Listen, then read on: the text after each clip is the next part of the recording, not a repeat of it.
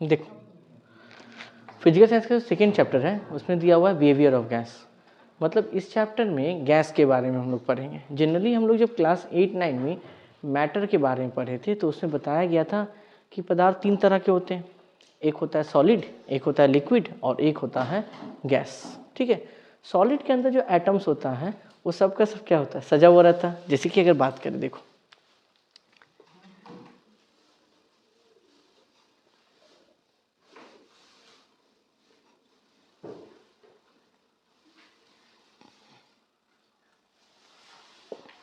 Yes,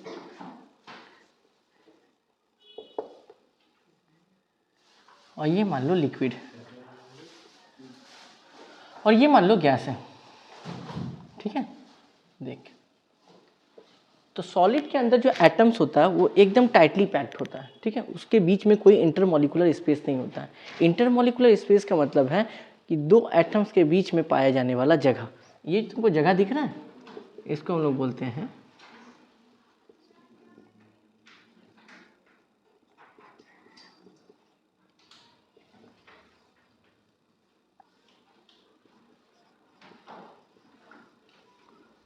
greater than solid. देखो जो solid part होता है उसके अंदर एटम्स के बीच में इंटरमॉलिकुलर स्पेस लगभग 0 होता है। लिक्विड में सॉलिड से ज़्यादा होता है और गैस में सबसे ज़्यादा होता है। इसीलिए गैस का कुछ भी चीज़ फिक्स नहीं होता है। सॉलिड का अगर बात करें तो सॉलिड का जो है तुम्हारा shape and size, volume, weight, mass सब फिक्स होता है। लिक्विड का जो है वॉल्यूम फिक्स होता है। लेकिन अगर हम गैस का बात करें तो गैस का कुछ भी फिक्स नहीं होता है। तो इन्हीं गैस के ऊपर थ्योरी दिया गया, बहुत सारा नियम को बताया गया, जिसमें कि सबसे ज़्यादा फेमस हुआ Boyle's law and Charles law के ऊपर। क्लास 10 में 4 लॉ के ऊपर जो तुमको पढ़ना, एक है बॉयल्स, एक है चार्ल्स, एक है आइडियल गैस और एक है तुम्हारा combination of Boyle's, Charles and Avogadro law. तो उससे पहले आता है कि गैसों का नियम किसको बोलते हैं। जैसे मान लो कि किसी भी गैस को अगर हम डिफाइन कर रहे हैं, जैसे सपोज करो उसके आयतन, वॉल्यूम के हिसाब से, या फिर जैसे सपोज करो उसके मात्रा के हिसाब से, तापमान के हिसाब से, तो उसको हम लोग बोलते हैं गैसों का नियम। तो हेडिंग दो, लिखो गैसों का नियम, कि गैसों का नियम किसको बोलते हैं, या गैस लॉ। ठीक है, तो हम लोग लिख सकते हैं किसी भी गैस के आचरण को, किसी भी गैस के आचरण को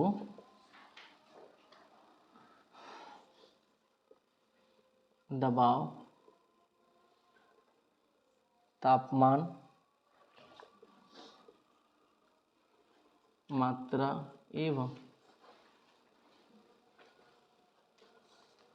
आयतन के आधार पर, आयतन के आधार पर व्याख्या किया जाए, व्याख्या किया जा सकता है, किया जा सकता है। ठीक है, इन 4 गुणों के बीच के संबंधों के आधार ही, इन 4 गुणों के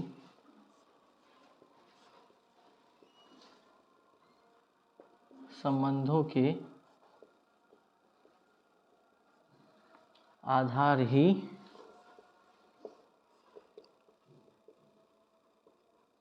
विभिन्न गैसीय नियम है, विभिन्न गैसीय नियम है। इनमें डिफिनेशन तुम्हारे बुक में भी होगा, ठीक है, बट हम ये बोल सकते हैं, देखो तो ये 4 गुण किसी भी गैस के पास होता है। ठीक है, तो गैस को अगर डिफाइन करना है तो तुमको ये 4 गुण के बारे में उसका नॉलेज होना चाहिए। एक मात्रा, दूसरा वॉल्यूम मतलब आयतन, तीसरा प्रेशर और चौथा टेम्परेचर या तापक्रम, देखो तापमान। अब सुनो ध्यान से, गैस के बारे में जब डिस्कस किया गया ना, तो गैस का तुम्हारा जो प्रेशर हो गया, वॉल्यूम हो गया और टेम्परेचर हो गया, कुछ स्टैंडर्ड टर्म को लिया गया। ठीक है, वो स्टैंडर्ड टर्म क्या था सो सुनो पहले। देखो पहला टॉपिक था प्रेशर। अब ये प्रेशर को क्या बोलते हैं हम लोग हिंदी में, दैट इज दबाव। ठीक, तो इसका जो स्टैंडर्ड वैल्यू लिया गया ये स्टैंडर्ड वैल्यू याद रखना 76 सेंटीमीटर ऑफ Hg, या दूसरा वैल्यू लिया गया 760 मिलीमीटर ऑफ Hg।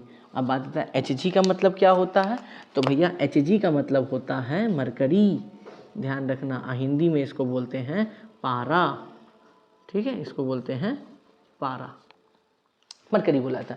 तो यानी अगर एग्जाम में पूछे कि प्रेशर का स्टैंडर्ड वैल्यू कितना है, तो हम बोल सकते हैं भाई प्रेशर का स्टैंडर्ड वैल्यू है 76 सेंटीमीटर ऑफ Hg या 760 मिलीमीटर ऑफ Hg, ध्यान रखना बात को, ठीक है। प्रेशर का आपसे डिफिनेशन नहीं पूछेगा सर एग्जाम में, ध्यान रखिए, ठीक है। दूसरा होता है वॉल्यूम। अब बात यहाँ पे आता है वॉल्यूम का हिंदी मीनिंग तो आयतन होता है, इसका मतलब क्या होता है, तो सर वॉल्यूम का मतलब बता दें, किसी भी आर्टिकल को रखने पर वो जितना जगह कवर करती है वो उसका वॉल्यूम कहलाता है। फॉर एग्जांपल ये मार्कर है तुम्हारा, ठीक है, इस मार्कर को हाथ के ऊपर हम रख दिए, ये हाथ में जितना जगह कवर कर रहा है यही इसका क्या कहलाएगा, वॉल्यूम कहलाता है तुम्हारा, ठीक है। जैसे 1 लीटर का बोतल को ले लो, 1 लीटर बॉटल का जो वॉल्यूम है 1 लीटर है, रीज़न क्या है, उसके अंदर पानी कितना आता है 1 लीटर, इसीलिए वो उसका वॉल्यूम कितना है 1 लीटर ही है, ठीक है। तो ये जो वॉल्यूम है तुम्हारा, ये भी स्टैंडर्ड वैल्यू कितना लिया गया 22.4 लीटर, या नहीं तो 22,400 मिलीलीटर। वो तो जब हम लोग न्यूमेरिकल जब बनाएंगे तो वहाँ जो रिक्वायरमेंट होगा उन दोनों में से एक डेटा लिखेंगे, लेकिन अगर एग्जाम में तुमसे पूछे कि स्टैंडर्ड वैल्यू कितना है, तो हम बोल सकते हैं 22.4 लीटर या 22,400 मिलीलीटर, दोनों में से कोई भी एक आंसर हम लोग दे सकते हैं एग्जाम, ठीक है। दूसरा तुम्हारा होता है दैट इज टेम्परेचर। तो टेम्परेचर जो लिया गया है इसका एक डेटा फिक्स होता है, सर इसका एक ही डेटा है 273 kelvin, degree kelvin, 273 degree kelvin. ये 3 स्टैंडर्ड डेटा है। तो अगर एग्जाम में बोले, अगर एग्जाम में बोल दे, एग्जाम में बोलेगा कैसे सो बताते हैं, बोलेगा क्या, ये सब जो है प्रेशर, वॉल्यूम या टेम्परेचर एट STP, याद रहे STP या NTP, ठीक है, ध्यान रखना बात को, एट STP या NTP पर बोलेगा प्रेशर का वैल्यू कितना है, तो बोलना भाई एट STP पर प्रेशर का वैल्यू कितना है 76 सेंटीमीटर ऑफ Hg, या एट STP पर वॉल्यूम का वैल्यू कितना है तो 22.4 लीटर, एट STP पर टेम्परेचर कितना होता है 273 केल्विन। यानी STP या NTP पे जिसका भी तुमसे वैल्यू पूछेगा ये है स्टैंडर्ड वैल्यू। STP का मतलब क्या होता है, स्टैंडर्ड टेम्परेचर प्रेशर, और NTP का मतलब क्या होता है, नॉर्मल टेम्परेचर प्रेशर, ठीक है, ध्यान रखना बात को। STP का मतलब स्टैंडर्ड टेम्परेचर प्रेशर, NTP का मतलब नॉर्मल टेम्परेचर प्रेशर होता है, ठीक है। तो ये कुछ वैल्यू है जो कि तुमको दिमाग में रखना, प्रेशर, वॉल्यूम एंड टेम्परेचर का। अब हम लोग सीधा सीधे इंटर करेंगे तुम्हारा बॉयल्स लॉ के ऊपर। ये तो जस्ट इंट्रोडक्शन था गैसों का, अब हम लोग आते हैं बॉयल्स लॉ के ऊपर, जल्दी से नोट करो। अच्छा देखो, वॉल्यूम के बारे में बताएं, प्रेशर के बारे में बताएं, टेम्परेचर के बारे में बताएं। प्रेशर के बारे में कुछ डेटा याद रखो, वो काम आने वाला है तुम्हारा, ठीक है। प्रेशर के ऊपर कुछ इन्फॉर्मेशन याद रखो, जैसे कि 1 बार इक्वल टू होता है 10⁵ पास्कल। अब ये भाई पास्कल क्या है तो वो बता देते हैं। प्रेशर का 2 यूनिट होता है, एक होता है CGS और एक होता है SI।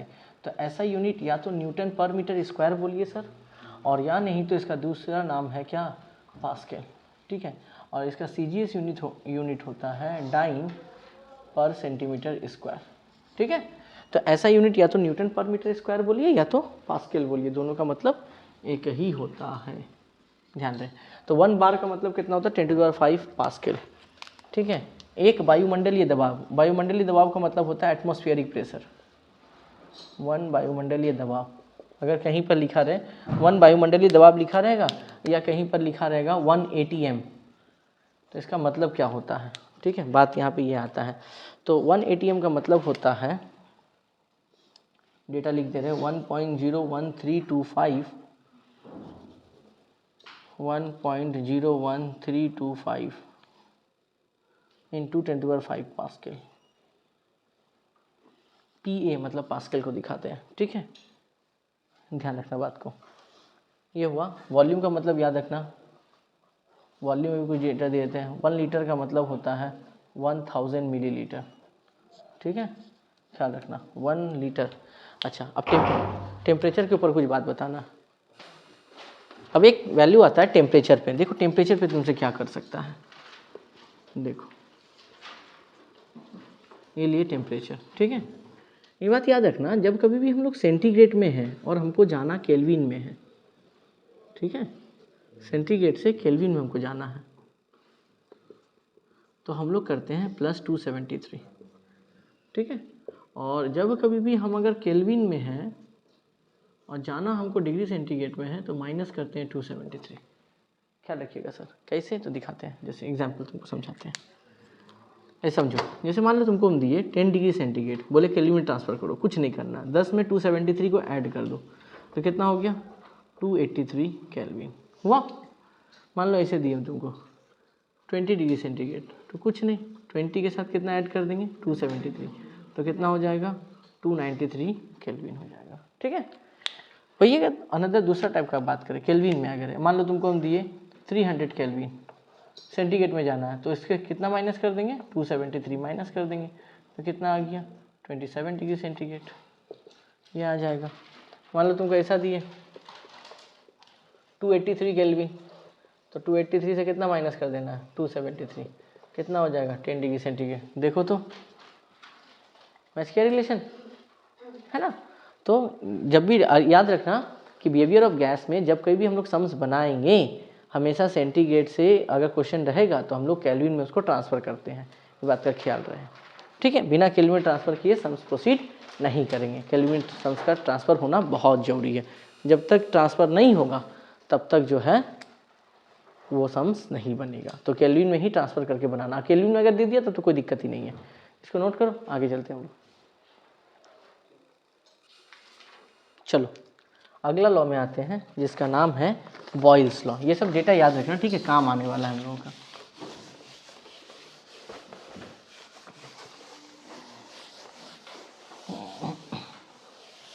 देखो, बहुत बड़ी साइंटिस्ट जिसका नाम था बॉयल्स लॉ, नाम तो बॉयल्स है, अब ये लॉ दिया। लॉ बहुत इंटरेस्टिंग था। वो बोला देखिए, गैस का प्रेशर और वॉल्यूम में जो है वो विलोमानुपाती रिलेशन है।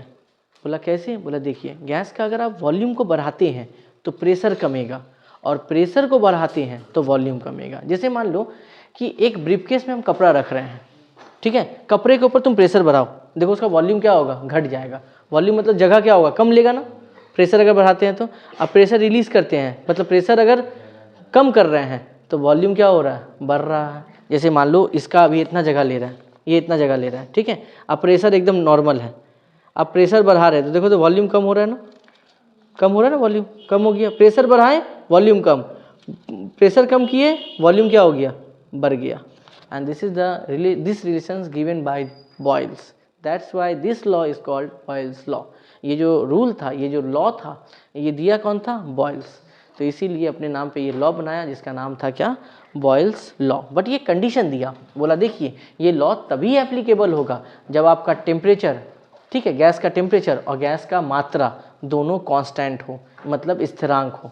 मात्रा मतलब मास, और तुम्हारे टेम्परेचर का मतलब तापमान, ठीक है, ये कांस्टेंट होना चाहिए। मतलब एक्सपेरिमेंट करने के दौरान गैस का मात्रा ना बढ़ना चाहिए ना घटना चाहिए, और गैस का तापमान भी ना बढ़ना चाहिए और ना घटना चाहिए, तब जाके आपका ये रिज़ल्ट दिखेगा। अगर आप एक्सपेरिमेंट करते समय गैस का टेम्परेचर मतलब तापमान में या मात्रा में कुछ भी चेंज लाते हैं तो फिर ये रिज़ल्ट नहीं देगा, पक्का रिज़ल्ट नहीं आएगा, फिर रिज़ल्ट में कुछ ना कुछ क्या होगा, वेरी करेगा। ठीक है, तो याद रखना बात को। चलो इसका लॉ लिखते हैं। इसका लॉ दिया कहाँ था,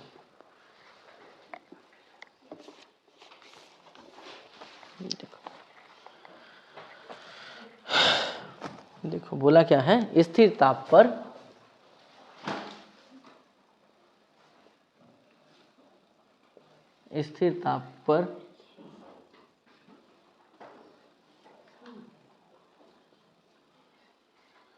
किसी गैस की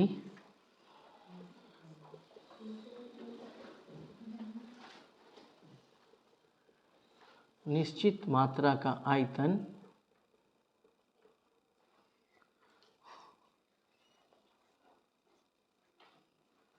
उसके दाब के विलोमानुपाती होता है, विलोमानुपाती होता है। ठीक है, ये था बॉयल्स। देखो रिलेशन क्या था कि P is directly proportional to 1/v, ये रिलेशन था। ठीक है, चलो अब इसका ना एक्सप्लेनेशन हम लोग दिखाते हैं। एक्सप्लेनेशन आएगा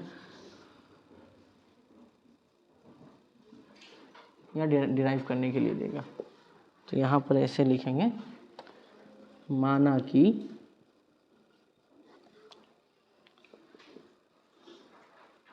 ये वाला देख लो, ठीक है, पहले समझो कैसे आता है, बाद में उतारना, पहले समझो, ये डेरिवेशन इंपॉर्टेंट है। माना कि किसी निश्चित मात्रा वाली गैस का दबाव P और आयतन V है, ठीक है, ये मान लिए। तो बाय बॉयल्स लॉ के हिसाब से क्या मिला था हम लोग को, P inversely proportional to 1/v, but वो क्या क्या बोला था, कांस्टेंट रहेगा, मास एंड टेम्परेचर कांस्टेंट, ठीक है। और कांस्टेंट का हिंदी क्या होता है, कांस्टेंट का हिंदी होता है स्थिरांक, ठीक है, ध्यान रहे बात, कांस्टेंट का हिंदी होता है स्थिरांक, ठीक है।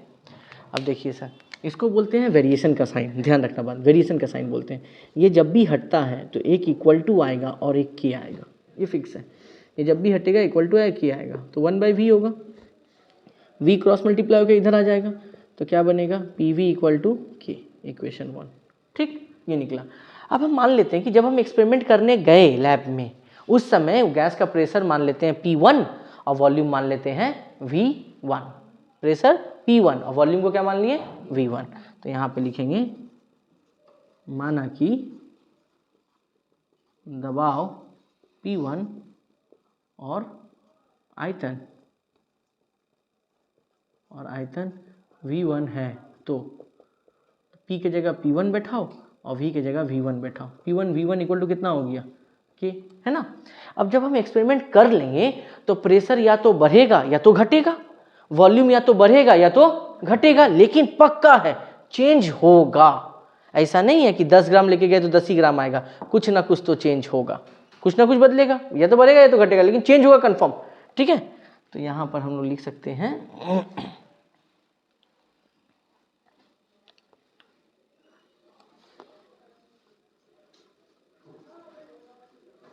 कुछ समय बाद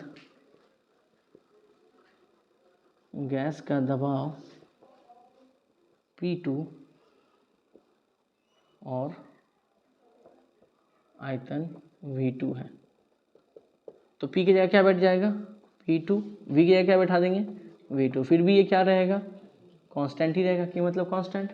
देखो तो ये भी K का वैल्यू है, ये भी K का वैल्यू है, तो हम बोल सकते हैं कि इक्वेशन 2 और 3 से ये दोनों आपस में इक्वल है, P1 V1 equal to P2 V2, बोल सकते हैं ना सर, ये दोनों तो K का ही वैल्यू है ना, इसका मतलब P1 V1 इक्वल टू क्या होगा, P2 V2। मतलब वो बोला कि P इंटू V, मतलब किसी भी गैस के प्रेशर और वॉल्यूम को अगर आप मल्टीप्लाई कीजिएगा उसका वैल्यू हमेशा कांस्टेंट देगा, चाहे आप कुछ भी ले लीजिए, ठीक है।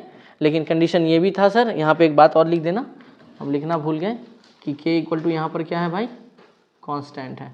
आप लोग हिंदी में भी लिखिएगा तो भी चलेगा, इंग्लिश में भी लिखेंगे तो भी चलेगा। तो कांस्टेंट का मतलब क्या है, हिंदी में बता दिए, स्थिरांक होता है। तो ये बॉयल्स लॉ का डेरिवेशन है, एग्जाम में देता है करने के लिए। एग्जाम में तुमको बोलेगा क्या कि proof P1 V1 equal to P2 V2, ये प्रूफ करने देगा। तो ये प्रूफ करने देगा तो सर आपको पूरा लिखना पड़ेगा, यहाँ से लिखना होगा कि किसी निश्चित मात्रा वाली गैस का दबाव P है, आयतन V है। यहाँ से यह आया, अब स्टार्टिंग में मान लिए प्रेशर P था, वॉल्यूम V था, V1 था, तो P1 V1 equal to P के। एक्सपेरिमेंट करने के बाद पश्चात, मतलब जब हम लोग का काम हो चुका है, एक्सपेरिमेंट हम कर चुके हैं, तो उसके बाद प्रेशर बदला होगा तो P2 बना होगा, वॉल्यूम बदला होगा तो V2 बना होगा। तो ये भी क्या होगा, P2 V2 equal to K, दोनों वैल्यू K का है, तो इसीलिए P1 V1 equal to P2 V2। यही है बॉयल्स लॉ, ध्यान रहे, Boyle's law P1 V1 equal to P2 V2 तुमको एग्जाम में डायरेक्ट प्रूव करने दे सकता है, या फिर तुमको बोलेगा बॉयल्स लॉ का पूरा डेरिवेशन लिखिए, तो उस कंडीशन में तुमको इसका जो है डेफिनेशन भी लिखना पड़ेगा कि निश्चित मात्रा वाली गैस का आयतन अपने दबाव के विलोमानुपाती होता है। तो जब भी एग्जाम में बोले ना 3 नंबर का जब भी आए बॉयल्स लॉ के ऊपर, तो याद रखना 3 नंबर में आपको सर डेफिनेशन भी लिखना है और पूरा डेरिवेशन भी करके उसको दिखाना पड़ेगा, तब जाके तुमको जो 3 नंबर मिलेगा एग्जाम में, ठीक है, ख्याल रखना बात को। तो आज हम लोग बॉयल्स लॉ तक ही रखते हैं, इसके बाद हम लोग पढ़ेंगे बॉयल्स लॉ के ऊपर ग्राफ से रिलेटेड क्वेश्चन, कि ग्राफ से रिलेटेड बॉयल्स लॉ के ऊपर क्वेश्चन क्या क्या वो लोग दे सकता है, ठीक है। तो मिलते हैं हम लोग अगले वीडियो में, तब तक के लिए टाटा बाय बाय।